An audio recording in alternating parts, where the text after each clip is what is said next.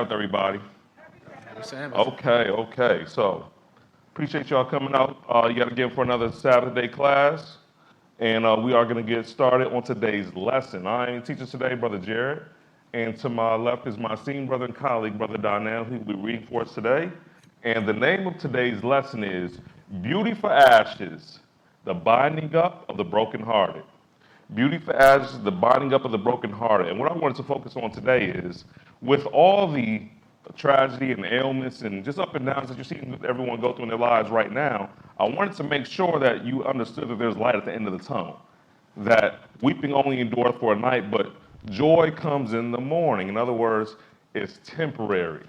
And so if we could focus on standing strong, maintaining through our own ups and downs individually, and those that are happening at a larger scale, then maybe we can endure to the end. That way we may be bound up by the Lord. Amen?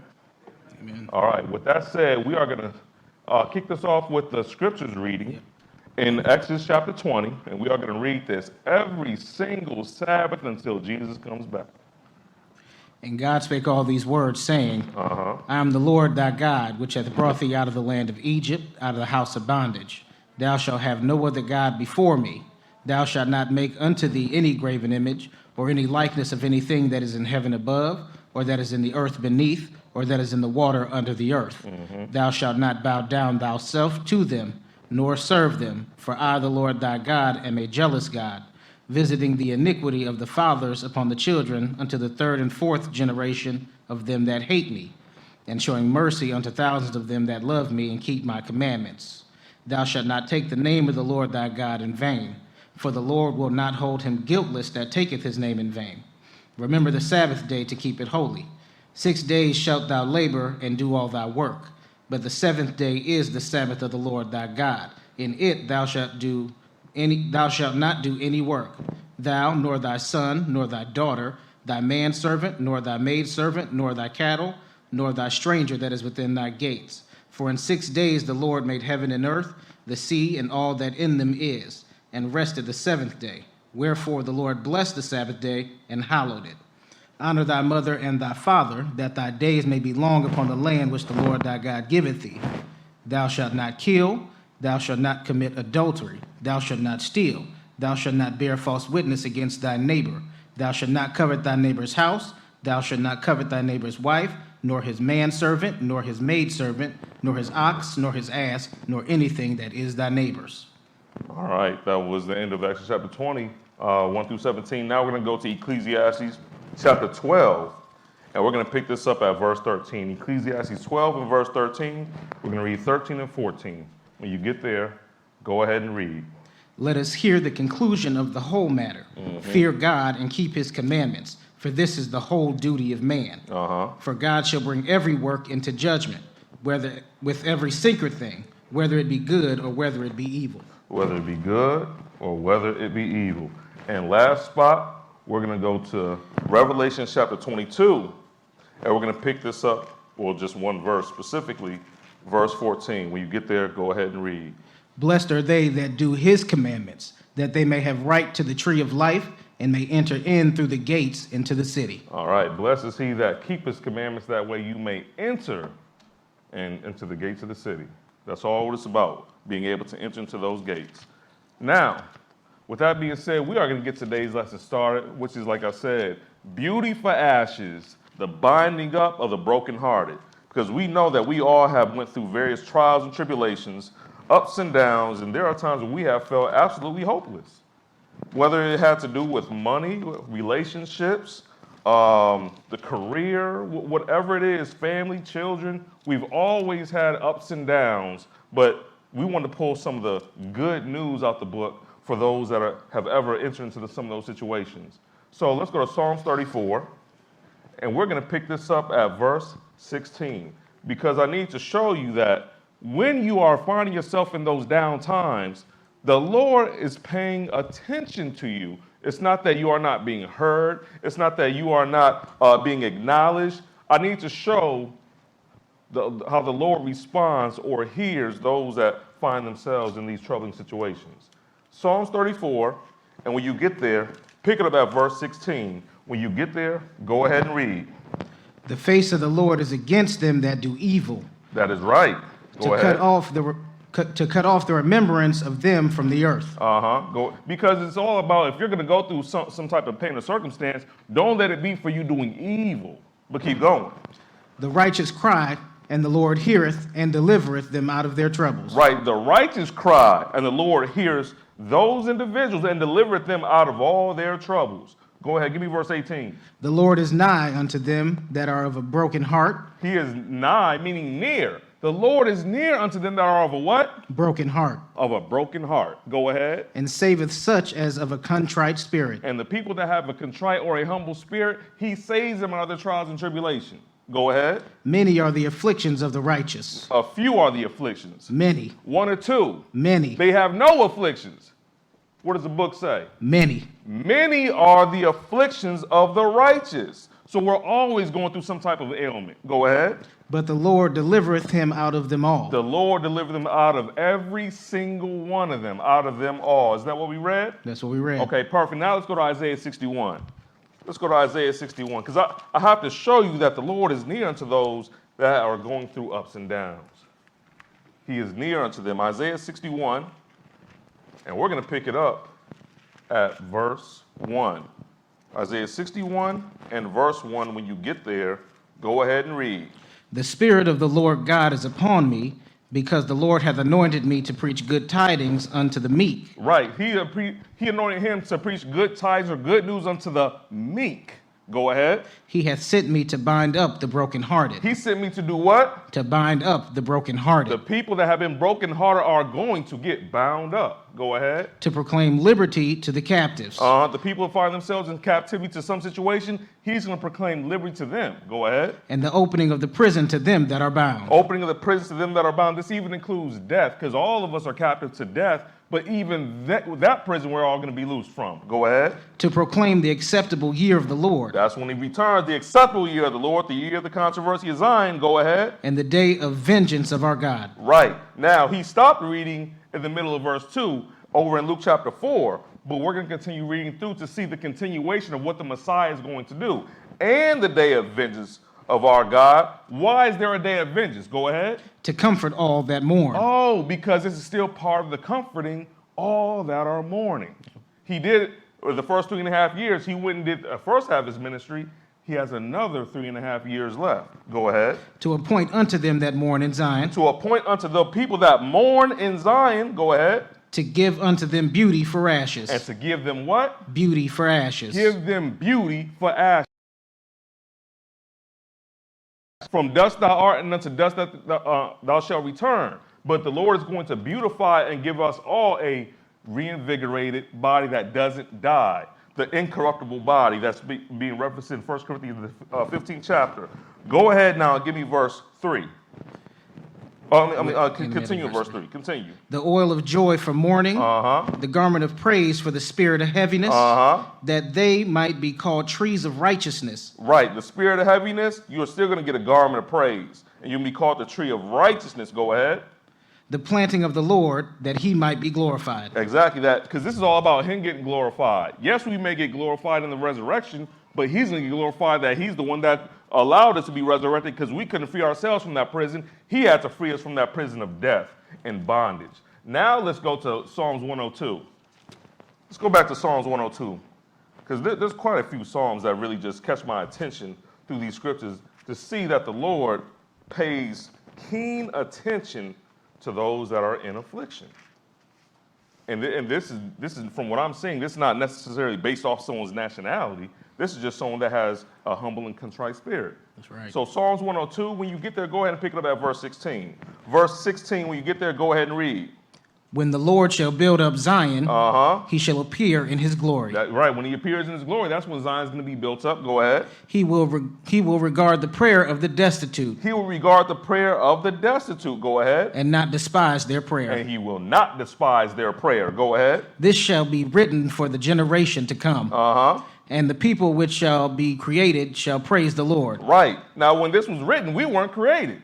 But we're doing exactly what the book said. This is written for the generation to come and for the people that shall be created. Praise the Lord. Go ahead. For he hath looked down from the height of his sanctuary. He looked down from heaven. Go ahead. From heaven did the Lord behold the earth. Go ahead. To hear the groaning of the prisoner. To hear the what? The groaning of the He prisoner. has heard the groaning of the prisoner. Go ahead. To loose those that are appointed to death. Didn't we show that he's going to loose the captives? That's right. He's loosing us for those of us that are appointed unto death. Go ahead. To declare the name of the Lord in Zion. And his praise in Jerusalem. Right, because he declared the Father's name in Zion. What name is that? Jesus. And where was that happening? That was in Jerusalem. Verse 22. When the people are gathered together. When the people are gathered together. And the kingdoms to serve the Lord. That's when it's going to happen, when the people are gathered together and the kingdoms come to serve the Lord. Let's keep this moment. Let's go to Ecclesiastes chapter 7. Because sometimes people feel as if this is prophecy, this is far off from us, and that we have nothing to think about today. And we don't realize that sometimes these circumstances are actually meant to refine us and make us better. Because there's the vessels of honor and there's vessels of dishonor in the house of the Lord. But if you allow yourself to be purified, to be changed, become molded, he's going to continue refining you by putting you through some fiery trials. That way you may be able to stand and be fit for the master's use. That's what this is all about. We are being prepared for his use. Ecclesiastes chapter 7 and verse 1. When you get there, go ahead and read. A good name is better than precious ointment. And the day of death than the day of one's birth. The day of someone's death is better than someone's birth? That's right. Because if you are living right, you have finished your race. All you have yet now is to receive the prize for your works. Go ahead. It is better to go to the house of mourning. It is better to go to the house of mourning. Go ahead. Than to go to the house of feasting. Right. So a party, a venue where there's a celebration going on, you'll have a line of people outside. But the book says it's better to go into the house of mourning, where now people are considering their own mortality and they're increasing and figuring out what they need to do to get better in the eyes of the Lord. That's why it's better to go to the house of mourning. Go ahead. For that is the end of all men. And the living will lay it to his heart. Right. The living will lay it to the heart that this is the end of all men. What? Death. That's right. So I'm going to make sure I get my house in order now, because when you're busy feasting and reveling and partying, you are not thinking of your own mortality. Go ahead. Sorrow is better than laughter. Sorrow is better than laughter. Go ahead. For by the sadness of the countenance, the heart is made better. By the sadness of the countenance, the what is made better? The heart. The heart is made better. Go ahead. The heart of the wise is in the house of mourning. But the heart of fools is in the house of mirth. Right. So people are getting wiser in the house of mourning. But in the house of the celebration, fools do what they want to do. They're just reveling and not caring about the operation of the hand of the Lord. I mean, think about this. You had Joseph. Joseph was one of the actual sons of Israel, but you saw what happened. In order for him to be prepared to get in that position as the second ruler of Egypt, he had to be betrayed by his own brothers. He had to be kidnapped and taken away from the land of the Hebrews into Egypt, and he even has to be put in prison off of false accusations. So he could have really just been like, I should just end it all. It's over. The Lord God's forgotten me. Oh, not only that, his own mother had died because his mother died when birthing Benjamin. So he lost his mother, his father, and seemingly all his relatives and cousins, which would have been the sons or daughters of those relatives. And he's by himself, locked up, betrayed for trying to keep righteous by the hand of the Lord because he fled fornication. Or was this all the Lord getting ready to give him some beauty for those ashes or for those problems he was going through? Let's go ahead now to Isaiah 57. Let's go to Isaiah 57. I'm just putting some things on your mind so that way you can see yourself through some of these examples, so that way you don't feel it's all over. When we understand that the Lord controls any and all circumstances and situations. I'm gonna try to bring that out for y'all today, okay? Go ahead and give me Isaiah 51 and give me verse 1, because I had someone ask me, someone came up to me a few months ago and said, Brother Jared, my daughter died. What does God have to say about that? She was 14. What does that have to do with the operation of the hand of God? In other words, before she tried to charge God foolishly, she at least tried to say, is there any understanding in this? Give me Isaiah 57 and verse 1. When you get there, go ahead and read. The righteous perish, and no man layeth it to heart. Right. Some righteous people can perish, and people aren't laying it to mind. Go ahead. And merciful men are taken away, none considering the righteousness of, and none considering the righteous is taken away from the evil to come. Right, because sometimes merciful men can be taken away from the Lord, by the Lord. It says, but none considering that the righteous is taken away from the evil that's getting ready to come. So we know that there's some evil days about to come up on us soon, right? So there's going to be some times where some people may fall asleep preparing for the resurrection because he's moving them out the way from the evil that's getting ready to come. That's mercy right there. It's just that we don't understand it because we don't have the power to bring someone back to life. Go ahead now. Give me verse 2. He shall enter into peace. They shall rest in their beds, each one walking in his uprightness. Right. So they are now in peace. In other words, that's why we say rest in peace. But it says they shall rest in their beds. This is not talking about a mattress. This is talking about your gravesite. Mm-hmm. Go ahead. Or each walking in his uprightness. But now, jump down to verse 15. Because I'm showing all these attributes of someone that's humble, someone that's contrite, someone that's meek. Because these are characteristics and attributes that are attributed to the Father. Let's take a look at this. Jump down to verse 15. When you get there, go ahead and read. For thus saith the high and lofty one that Thus inhabiteth. saith the high and lofty one that inhabiteth eternity. Go ahead. Whose name is holy. Whose name is holy. Go ahead. I dwell in the high and holy place with him that is of a contrite and humble spirit. So that's Christ speaking. He says, I dwell in the high and holy place with him also that is of a contrite and humble spirit. Those are characteristics that both the Father and the Son have. That's right. So I want you to see that when you are operating within these spirits or within these attributes, the Father and Son can see themselves in you. Because he just told you his personality type right there. Go ahead. To revive the spirit of the humble. To revive. So he's going to revive the spirit of the humble. Go ahead. And to revive the heart of the contrite ones. And to revive the heart of the contrite ones. These are people that's operating in that humility. He's going to revive their spirit, not the proud and the arrogant and the haughty. So I'm letting you know how to get in line to be clean enough when the blessings come. You are in place to receive it, right? Now go ahead and give me verse 16. For I will not contend forever. So he's not going to contend forever. Go ahead. Neither will I be always wroth. He's not always going to be angry. Go ahead. For the spirit should fail before me, and the souls which I have made. And the souls which he has made. So we are the souls that he has made. And he's telling us that he is going to revive us, specifically the humble and the contrite ones. All are going to be resurrected. But this is talking about being revived into everlasting life.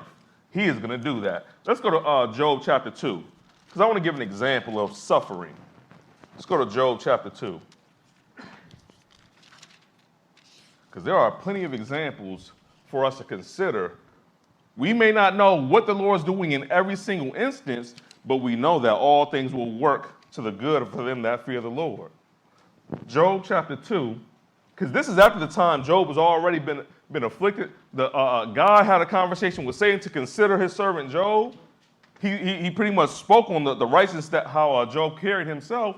And then out of nowhere, Job is like, I'm just getting afflicted, not realizing that he is being set forth as an example that the servants of God endure harder and greater than the servants of Satan.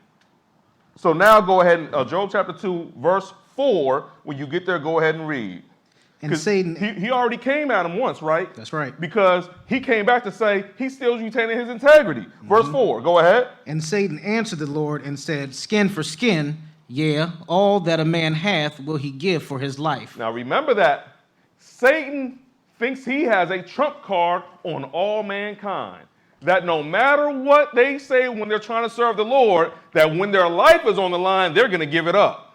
They are going to stop serving the Lord when their life is on the line. That's why we understand that during the Great Tribulation, there's going to be people receiving marks because they do not want to be beheaded. So we understand one of these tactics. We are not ignorant of his devices, as the Bible says. Go ahead and give me verse 5. But put forth thine hand now and touch his bone and his flesh, and he will curse thee to thy face. Because he was not allowed to touch his bone and his flesh before, right? That's right. So let me now deal with him personally. Let me deal with his actual being, and he will curse you to your face. That's what Satan said. Go ahead. And the Lord said unto Satan, behold, he is in thine hand. Because he couldn't do that until the Lord gave the green light. Go ahead. But save his life. But say, right, there's boundaries in which Satan's able to operate. Go ahead. So went Satan forth from the presence of the Lord, and smote Job with sore boils from the sole of his foot unto his crown. Right, so even this sickness, just because someone is sick does not necessarily mean that they're doing wickedness. Because we'll see here that the Lord can use this to set an example and to try each and every one of us. Go ahead. And he took him a potsherd and scraped himself withal. And he sat down among the ashes. He sat down among the what? Among the ashes. So in other words, he is downtrodden. Go ahead. And when his wife, and said his wife unto him, that thou still retain thy integrity? Curse God and die. So there was a question, why are you going to still retain your integrity? Just get it over with. Just curse God and die.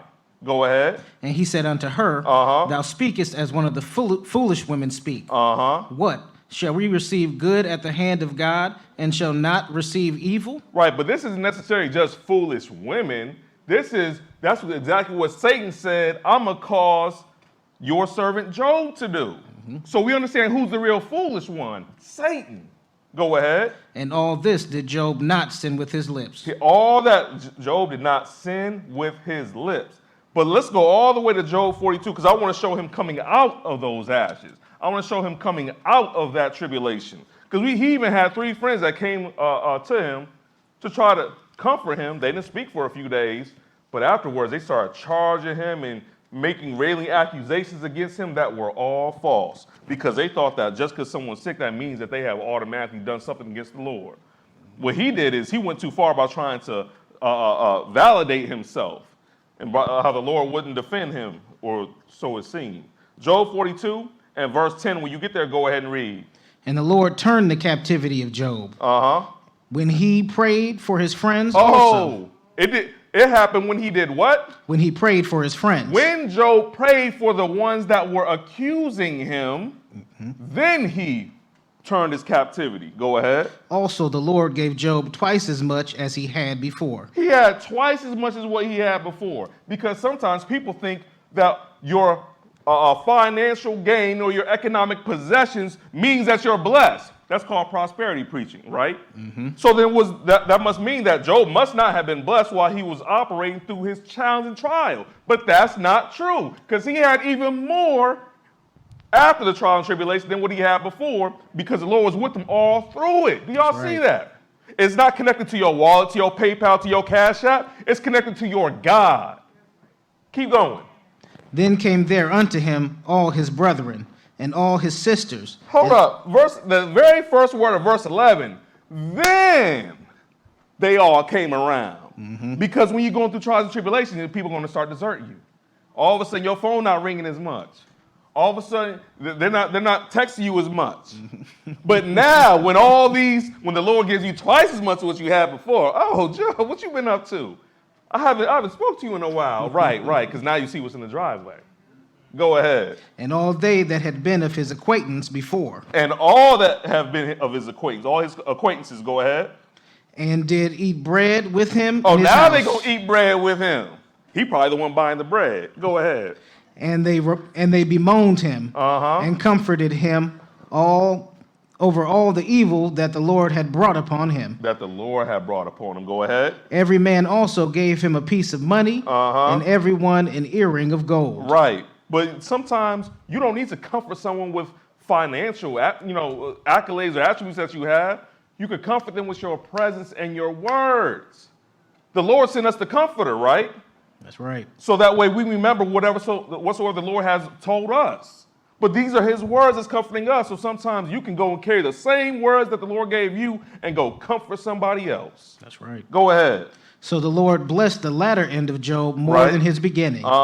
For he had 14,000 sheep and 6,000 camels, and 1,000 yoke of oxen and 1,000 she-asses. Keep he going. also had 7 sons and 3 daughters. Right. Now he got you, because all his children had passed away, but now he has 7 sons and 3 daughters. He has 10 children again. Go ahead.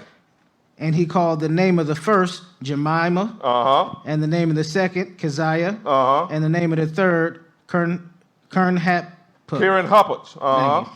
And in all the land were no women found so fair as the daughters of Job. And their father gave them inheritance among their brethren. That's right. Give me verse 16. After this lived Job 140 years, and saw his sons and his sons' sons, even 4 generations. He saw his sons and his sons. So after he had to restart a family, he turned around and was able to see his sons and his sons' sons, because he was giving him long life. In fact, go ahead and give me verse 17. So Job died, being old and full of days. Right, because that's what the real blessing of the Lord, life. That's the real blessing of the Lord. Let's go to Luke chapter 18. Luke chapter 18, because he could have just given up and said all is lost when the Lord brought that test out before him. But he didn't, because it wasn't about necessarily testing his children. It was about testing him, because the Lord bragged on him and his righteousness and how he eschewed evil. Luke chapter 18. And think of other situations. Think of Jacob. Now, Jacob, he went through some trials and tribulations too. He had some ashes or some hard times to deal with. He has to deal with his own, like I said, brothers, that's Joseph. He has to deal with his own brother trying to kill him, right? Esau. The same way Cain killed Abel, because we understand that a sibling will kill a sibling in the book. Then he turned around, and then he was in Laban's house, and Laban changed his wages about 10 times. Then turned around, he said, I'm going to give you Rachel for serving your 7 years. And he turned around and switched it and gave him Leah. And then, so he kept on getting abused in those situations. Then he got to wrestle an angel before he runs back into his brother Esau. But remember, he wrestled and prevailed. That's why his name was turned to Israel, because it's all about prevailing and overcoming. Do y'all see that? Even Jacob, remember, it was his son Joseph that was down in Egypt. He thought for years his son was dead. He had no idea that the Lord was multiplying him and the Lord was dealing with him to fulfill the prophecy that he gave to his father Abraham, to his grandfather Abraham. Yep. Because he said that they're going to be multiplied in that nation, then affliction is going to come to that nation. But we understand that the whole time, he said, not only has the Lord shown me your face that I thought I would never see again, but he's let me see your seed also. The whole time, all those years, the Lord didn't reveal to him that his son Jacob was alive. What if he would have gave up and cursed God? You got to think about this. Luke 18 and verse 1, because I also want to show the mindset that it takes to get the Lord's attention and the mindset that can repel the Lord from you. Luke 18, when you get there, pick it up at verse 1. Go ahead and read. And he spake a parable unto them to this end, that men ought always to pray and to not faint. And that's what I'm trying to highlight. We should always pray and not faint or not give up. Go ahead. Saying, there was in a city a judge which feared not God, neither regardeth man. So he's like, look at this wicked ruler. Go ahead. And there was a widow in that city, and she came unto him, saying, avenge me, mine adversary. And he would not for a while. Right. But afterward he said within himself, though I fear not God, nor regardeth man, yet because this widow troubleth me, I will avenge her, lest by her continual coming she weary me. Right. So he's like, look at the consistency of this woman praying to a wicked ruler to avenge him. So imagine if this consistency praying to a righteous God, imagine the results she would get. Go ahead. And the Lord said, hear what the unjust judge saith. And shall not God avenge his own elect? Right. Which cry day and night unto him, though they bear long with him? Go ahead. I tell you that he will avenge. Go ahead. Them speedily. Nevertheless, when the Son of Man cometh, shall he find faith on the earth? Right. Now that's the key part. Nevertheless, the Lord can answer your prayer, and nevertheless, when he come, will he find you being a faithful servant just because you got what you needed in that specific time? In other words, pay your vows. You say you were going to do this, like you saw Gideon. If you do this, Lord, I will do that. In other words, after he's delivered you out of these trials and tribulations, will you operate in faith on the earth? Shall he find that? Because this is the exchange, this is a transaction. If I do this for you, what will you give to me? And we have to be able to give him faith. But faith without what is dead? Works. Faith that works. You need works. So he needs to be able to see that you are still operating on his side because you remember and you appreciate all his blessings that he bestowed upon you. I really have to read verse 8 one more time because let me make this very clear. When we started here in the year 2015, there was a handful of people. We swelled and grew in numbers. So much so we had to pack the hallway at the YMCA. That's right. Read that verse again. I tell you that he will avenge them speedily. Uh-huh. Nevertheless, when the Son of Man cometh, shall he find faith on the earth? And he's given us this big building, but when the Lord comes, will he find faith in the earth? Who's consistent? It's good to operate for the first 3 quarters of the game, but that 4th quarter is the most critical. Remember that. Verse 9, go ahead. And he spake this parable unto certain which trusted in themselves that they were righteous and despised others. Uh-oh, now there's some people that think that they're righteous and they despise in others. Watch what it says. Go ahead. 2 men went up into the temple to pray. 2 men going into the temple to pray. Go ahead. The one a Pharisee and the other a publican. Uh-huh. Now, see, everyone says, well, as long as they pray, you still have to come to the Lord the right way. You do not want to call the Lord's name in vain, in other words, for nothing. I want to show the difference between even the type of prayer in the same house. Go ahead. The Pharisee stood and prayed thus with himself. With himself, go ahead. God, I thank thee that I am not as the other men. That I'm not as everybody else. Go ahead. As the other men are. As the other men are, go ahead. Extortioners, unjust, adulterers, or even as this publican. Or even as this publican. He's standing right next to him, and instead of building him up through his trial and tribulation, he's building himself up. Doesn't the book say, bear one another's burdens? No, you focusing on yourself. Keep going. I fast twice in the week. I fast twice a week. Go ahead. I give tithes of all that I possess. I'm the top tither in the church. Go ahead. And the publican standing afar off. And the publican standing afar off. See, this is like someone sitting all the way in the back because they don't feel worthy enough to come up front.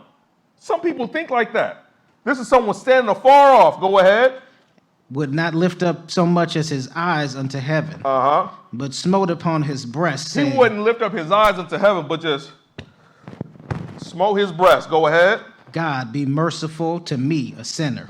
Begging for mercy. For me, a confessed sinner. Go ahead. I tell you, this man went down to his house justified rather than the other. For everyone that exalteth himself shall be abased. Right. And he that humbleth himself shall be exalted. He that humbleth himself shall be exalted. That's why that sinner was justified. That's right. Now you know what justification really is? Justification in the word is really the blood of Christ. The blood of Christ covers those who are actually humble, not for the prideful and for the wicked. I hope y'all catch that. Let's go now to Psalms 51. Psalms 51. Because what Jesus, when he's making these statements and these parables in the new book, they tie directly to the old book. Because everyone knows that if the Lord was to start marking iniquity, oh Lord, who shall stand? Because everybody got some dirt. Everybody got skeletons in their closet, and we all are in need of the blood of Christ. Amen? Amen. Psalms 51. Psalms 51 in verse 1, when you get there, go ahead and read. Have mercy upon me, O God. Doesn't that sound just like what he was just saying? That's right. Have mercy upon me, O God. Go ahead. According to thy loving kindness. According unto the multitude of thy tender mercies, blot out my transgressions. Blot out my transgressions. Everyone, that's what a sinner is, transgression of the law. Go ahead. Wash me thoroughly from mine iniquity. Wash me, go ahead. And cleanse me from my sin. Cleanse me from my sin, go ahead. For I have acknowledged my transgressions. Because I'm actually acknowledging where I messed up. I acknowledge my transgressions, go ahead. And my sin is ever before me. Keep going. Against thee only have I sinned. and done this evil in thy sight, Right. that thou mightest be justified when thou speakest, Right. and be clear when thou judgest. Right. He said, I'm the one that transgressed against you, Lord. So he's coming straight to him saying, purge me from my iniquity. Blot out all my transgressions. Jump now to verse 17. Verse 17. When you get there, go ahead and read. The sacrifices of God are a broken spirit. What? The sacrifices of God are a broken spirit, not a prideful and haughty and arrogant one. The sacrifices of God are a broken spirit. Go ahead. A broken and a contrite spirit, a contrite heart. A broken and contrite heart. Keep going. O God, thou wilt not despise. Did y'all just read that? That God will not despise that? So have you been equipped with how to come before the Lord now? Have you been equipped by reading this book what God will not despise? That's what the Lord requires of us. Go ahead now to Proverbs chapter 15. Proverbs 15 and verse 33. Because if we're going to understand how to get some humility, then we need to start with understanding what to repel, what to go against. Proverbs 15 and verse 33. When you get there, go ahead and read that one verse. The fear of the Lord is the instruction of wisdom. The fear of the Lord, that's the instruction of wisdom. Go ahead. And before honor is humility. And before honor is what? Humility. Humility. Everyone wants to get the high road, but sometimes the Lord takes you through the low road. That's right. Because you have to humble yourself, and in due time, the Lord will raise you up unto honor. We think it's a direct path, like a corporate ladder. I'm just going to go from employee to manager to middle manager to regional manager to district manager to vice president to This isn't a corporation. The Lord promotes differently. As I gave an example with Joseph, he was a prisoner promoted to vice president of Egypt. Mm-hmm. He operates differently. I hope y'all see that. Let's go to 1 Samuel 23. Because I want to show a little bit about David. This was a man that was anointed to be king over Israel. That doesn't mean he didn't have disappointments, but I'm showing you that in your disappointments, the Lord may still be operating with you, because maybe he's seeing, will he have faith in the Lord after the Lord delivers them. 1 Samuel 23, and we're going to pick this up at verse 8. 1 Samuel 23 and verse 8. When you get there, go ahead and read. And Saul called all the people together to war, to go down to Keilah, to besiege David and his men. Right, because now Saul is already targeting David. It says to besiege David and his men. Verse 9. And David knew that Saul secretly practiced mischief against himself. He knew that he was secretly plotting against him. So, but this is your own king, because remember, he's king over Israel. David's an Israelite. This is your own king plotting against you for helping furthering the kingdom. Keep going. And he said unto Abiathar the priest, bring hither the ephod. He said, Abiathar, just bring me the ephod. Because the ephod is what the priests would wear, a linen ephod, where they would try to get answers from God directly. Go ahead and give me verse 10. Then said David, O Lord God of Israel, thy servant hath certainly heard that Saul seeketh to come to Keilah to destroy the city for my sake. I've heard that Saul is coming down to kill me. In other words, I'm on a hit list. I feel like a dead man walking. But give me verse 14. And David abode in the wilderness in strongholds, and remained in the mountain in the wilderness of Ziph. And Saul sought him every day. Hold up. Now, how many of us can say we've been in a position where someone is actively trying to take us out the game every day? And we're not talking about from another country. This is within your own country. You are known by the king himself, and he has the power, or the various individuals throughout his kingdom, to try to take you out. None of us have been in this situation, but I'm showing if he could be delivered from it, then maybe we could be delivered from our present day ailments and conflicts and circumstances. Go ahead, finish verse 14. But God delivered him not into his hand. Right, because you can't go beyond what the Lord allows. God delivered him not in his hand. Go ahead now. Let's go to 1 Samuel 27. 1 Samuel 27 Go over just a couple pages. I'm just showing, yet again, you could be going through some trials, but the Lord still hasn't given you over. And it's a blessing that all of us here are alive unto this day in these events that we see transpiring. 1 Samuel 27 and verse 1, when you get there, go ahead and read. And David said in his heart, I shall now perish one day by the hand of Saul. Now, don't you see the depression now that's starting to seep in on David? He's running, he's fleeing, he's trying to do the right thing. And what did he say? He said, I shall now perish one day by the hand of Saul. Go ahead. There is nothing better for me than that I should speedily escape into the land of the Philistines. And Saul shall despair of me. I should just flee the country. Go ahead. To seek me any more in any coast of Israel. Right. So shall I escape out of his hand. That's the only way I'm going to get away. I gotta leave my own hometown. Go ahead. And David arose, and he passed over with 600 men that were with him unto Achish, the son of Maach, king of Gath. Okay, perfect. Now let's go to 2 Samuel chapter 5. But what we're showing is, after all this, the Lord still delivered David. David still became the ruler. He still became what he was anointed to do, because he was anointed a while he was watching sheep. The Lord just equips you with certain tools so now you'll be able to execute it. Because last time I checked, David, he could play instruments as well. But who was he playing instruments for? King Saul. So if you're in the king's presence, you are being educated just by the conversation that you're hearing. You're hearing battle plans, strategies, logistics, the movement of men, how to get, where the water sources are, the best hiding spots, the military tactics of other kingdoms. You are, just by playing music, learning and being prepared. It's just that the Lord has to now separate the two so he can now set up the new king.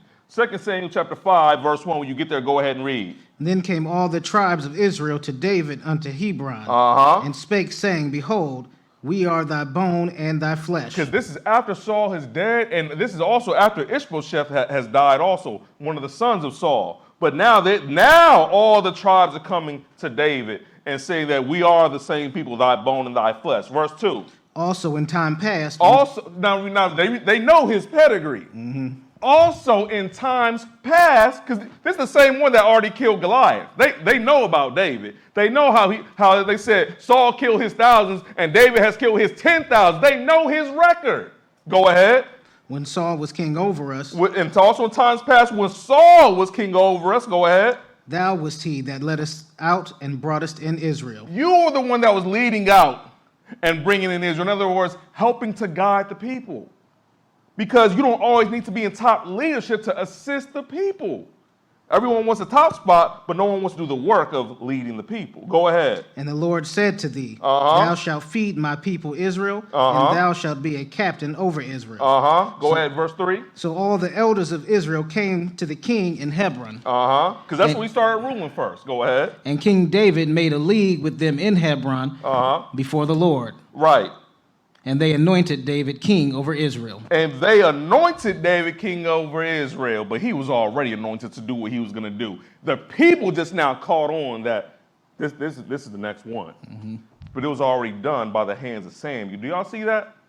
Because out of all that trial and tribulation, it still came to exactly what the Lord called out what it was going to be. Now watch this. Let's go to Micah chapter 5. Because in the days of Solomon, Israel started falling and slipping. They started making pagan sites to other gods at the hands of Solomon, and the nation got split. And from that time, it's been a lot of affliction for the entire nation ever since. Micah chapter 5, that's right before the New Testament, one of the small books, but not minor prophets. There's no such thing as a minor prophet. Micah 5, I want one verse. I want verse 3, because now the entire nation is, as they're going through their hardships, there is a prophecy about them giving birth. So we all understand that when it comes to childbirth, that's not some easy task. That is an arduous task. I don't know from experience, but I believe all the accounts that I've heard. And I believe this book, because it says it in here also. That's but right. Give me verse 3. Therefore will he give them up unto the time that she which travaileth had brought forth. Right. In other words, the nation of Israel has been given up until the time which she travailed, she has brought forth. We need to understand what's going to be brought forth. Go ahead and finish the end of 3. Then the remnant of his brethren shall return unto the children of Israel. Right, because we're still waiting on this being brought forth. The man-child has been born, but he has yet to return. Let's go ahead now. Let's go to Isaiah 26. Isaiah 26, because now what I'm doing is I'm trying to capture a whole lot of people's problems and hardships all wrapped up in one. Isaiah 26 and verse 15. 26 and verse 15, when you get there, go ahead and read. Thou hast increased the nation. O Lord, thou hast increased the nation. Right. Thou art glorified. Right. Thou hadst removed it far unto all the ends of the earth. So we have been increased as a nation. We have multiplied in number, but been removed into all the parts of the earth. Go ahead. Lord, in trouble have they visited thee. When did they visit the Lord? In trouble. Oh, in trouble. Not in good times. Not in good times. Not in great times. In trouble. Oh, in trouble, Lord, they visited thee. Go ahead. They poured out a prayer when thy chastening was upon them. Oh, when the Lord was chastising them. Oh, now they pouring out a prayer. Blessed be the name of the Lord. You wasn't saying that when you was doing that thing the other day that you knew you wasn't supposed to be doing. But we understand it's always after the fact. Let's go to Micah chapter 4. Because I'm showing that we're going back to the book of Micah to chapter 4.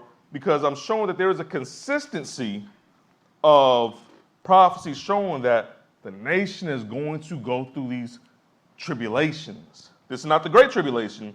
These are several individual tribulations throughout all the 4 quarters of the earth. Micah chapter 4 and verse 9, when you get there, go ahead and read. Now why dost thou cry out aloud? Is there no king in thee? Is there no king in thee? That's the question. Why are you crying aloud? You ain't got no king?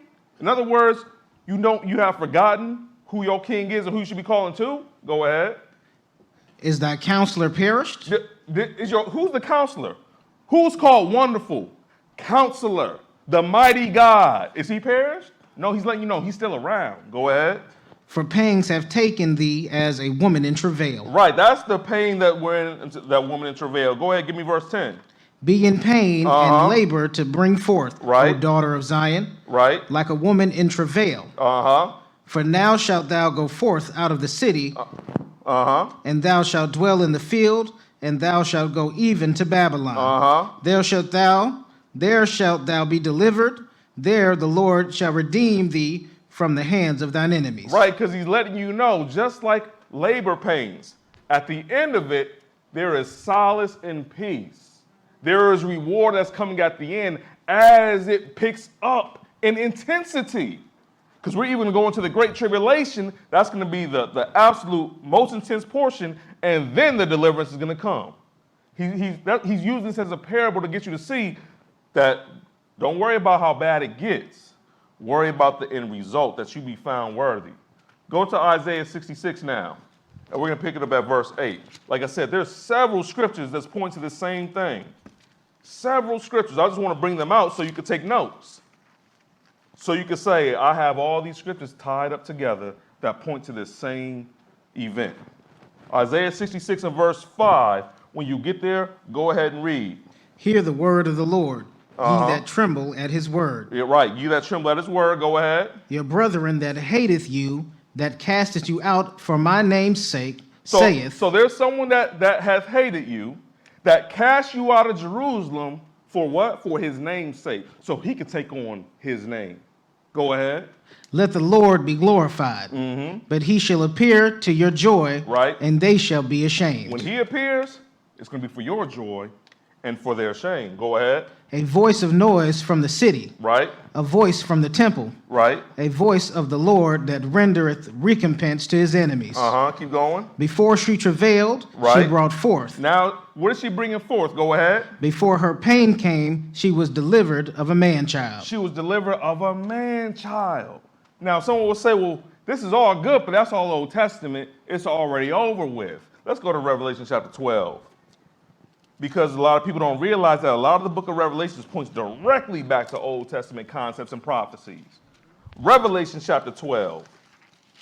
And we're going to pick this up at verse 1.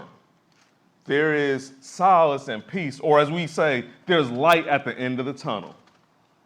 There's good news coming. That's what the gospel is, the good news, good tidings. Go ahead and pick it up at verse 1. Revelation 12 and verse 1, when you get there, go ahead and read. And there appeared a great wonder in heaven, a woman clothed with the sun and the moon under her feet, Right. and upon her head a crown of 12 stars. Now, this represents Israel here, but this makes reference to the dream that Joseph had in Genesis 37. But go ahead, give me verse 2, because I want to show this nation Israel. This is not talking about Mary. What is she doing in verse 2? And she, being with child, cried, travailing in birth and pain to be delivered. Right, crying with child, travailing in birth and pain to be delivered. Now we're going to jump down to verse 4. Go ahead. Because Satan shows up in verse 3, but verse 4, go ahead. And his tail drew the third part of the stars of heaven, and did cast them to the earth. Right, because 1/3 of all the fallen angels, or of all angels, period, the fallen angels are all here on earth. Because his tail, in other words, Satan caused that. Go ahead. And the dragon stood before the woman, which was ready to be delivered. Right. For to devour her child as soon as it was born. Right. And that's when Herod was trying to take down Jesus at the time that the Romans ruled Judea. That they returned it Judea. Go ahead. And she brought forth a man-child. And she brought forth a man-child. Go ahead. Who was to rule all nations with a rod of iron. And her child was caught up unto God and to his throne. Now that same man-child that was delivered, we're waiting on him to return to deliver us. Because a child has been born, but now it's no longer flesh and blood. He now is ready to rule all nations. He's just sitting on the right hand of the Father at this moment. Now go ahead. That's the end of verse 5? That's the end of 5. Perfect. Now watch this. Let's go to Matthew chapter 2, because I want to pull out a little bit from that story of Herod. Because even it makes a reference to that those trials and tribulations and pain to be delivered. I want to get a little specific to see how intense it can be. Matthew chapter 2 and verse 11. When you get there, go ahead and read. Y'all still with me? Okay, praise God. Let's go. Matthew chapter 2 and verse. I'm making sure ain't no one taking no nap prematurely. Got to make sure, because I'm sleepy myself. Kids waking up in the middle of the night. I hear that. But let's go. This book waking you up. Let's go. And when they were come into the house, they saw the young child with Mary and his mother, and fell down and worshipped him. These are the wise men, because they went to Herod to find out where Christ should be born. Go ahead. And when they had opened... I'm sorry, because they came to the house, right? It didn't say the manger. To the house. Okay, so every time you see that nativity scene, they should be in a house, not a manger. That's another story. Go ahead. And when they had opened their treasures, they presented unto him gifts, gold and frankincense and myrrh. Gold, frankincense, and myrrh. Go ahead and give me verse 12. And being warned of God in a dream that they should not return to Herod, they departed into their own country another way. Right, so the angel told them, don't depart back to Herod. Now, Herod, he specifically was a Edomite. He was a convert. He was converted during the Maccabean era. But he was not, as the history books, a true Jew. Go ahead. And when they were departed, behold, the angel of the Lord appeared to Joseph in a dream, saying, Arise, and take the young child and his mother, and flee into Egypt. Right, flee into Egypt. Go ahead. And be thou there until I bring thee word. Right. For Herod will seek the young child to destroy him. Right. So now you're giving a heads up before now, so he's heading into Egypt, where other people of actual complexion are. Go ahead. When he arose, he took the young child and his mother by night and departed into Egypt. And he departed into Egypt. Now go ahead. Verse 15. And was there until the death of Herod. Right. That it might be fulfilled which was spoken by the was spoken of the Lord by the prophet, saying, Out of Egypt have I called my son. Right. He was called out of Egypt. Go ahead. Give me verse 16. Then Herod, when he saw that he was mocked of the wise men, was exceeding wroth. Right. Now get this. The wise men, why are they mocking him? He say he a Jew and he don't even know how to find the Messiah in the scriptures. He wanna build the temple and call it Herod's temple, but he can't find the Messiah where he's supposed to be born. Yeah, they was mocking him because he wasn't a true Jew, but watch how he responds. Go ahead. And sent forth and slew all the children that were in Bethlehem. Right, he was exceeding wroth and sent forth and slew all the children that were in Bethlehem, go ahead, and in all the coasts thereof. and in all the coasts. In other words, he's like, let's see who's laughing now. Go ahead. From 2 years old and under, according to the time which he had diligently inquired of the wise men. Right. In other words, he went back to find whoever was born from the time that he diligently inquired, all the way back to that present day. So it was about 2 years. Now go ahead and give me verse 17. Then was fulfilled that which was spoken by Jeremy the prophet, saying. Hold up. So even going and killing all these children of Israel has to do with the prophecy? Then was fulfilled what was spoken by Jeremy or Jeremiah the prophet, saying, go ahead. In Ramah was there a voice heard, lamentation and weeping and great mourning. Lamentation and weeping and great mourning. They lost all these children, these toddlers, these babies. Go ahead. Rachel weeping for her children, and would not be comforted, because they were not. Because they were not. In other words, they were not alive. But now, let's go back to Jeremiah 31. Because the more and more I take y'all down into the pain and suffering, the more I can pull out the morsels of hope, the good news, what's to come, something to grab onto. That way you aren't overtaken by death and despair. Jeremiah 31, and give me verse 15. 31 and 15, when you get there, go ahead and read. Thus saith the Lord. Thus saith the Lord. Go ahead. A voice was heard in Ramah. Oh, that's what we just read. A voice was heard in Ramah. Go ahead. Lamentation and bitter weeping. Lamentation and bitter weeping. Go ahead. Rahel weeping for her children. Refused to be comforted for her children. Right. Because they were not. That's exactly what it was said. But keep going. Thus saith the Lord. Thus saith the Lord now. Because even after all that, God still has something to say. After all these thousands of children that were killed, God has something to say about it? You better believe it.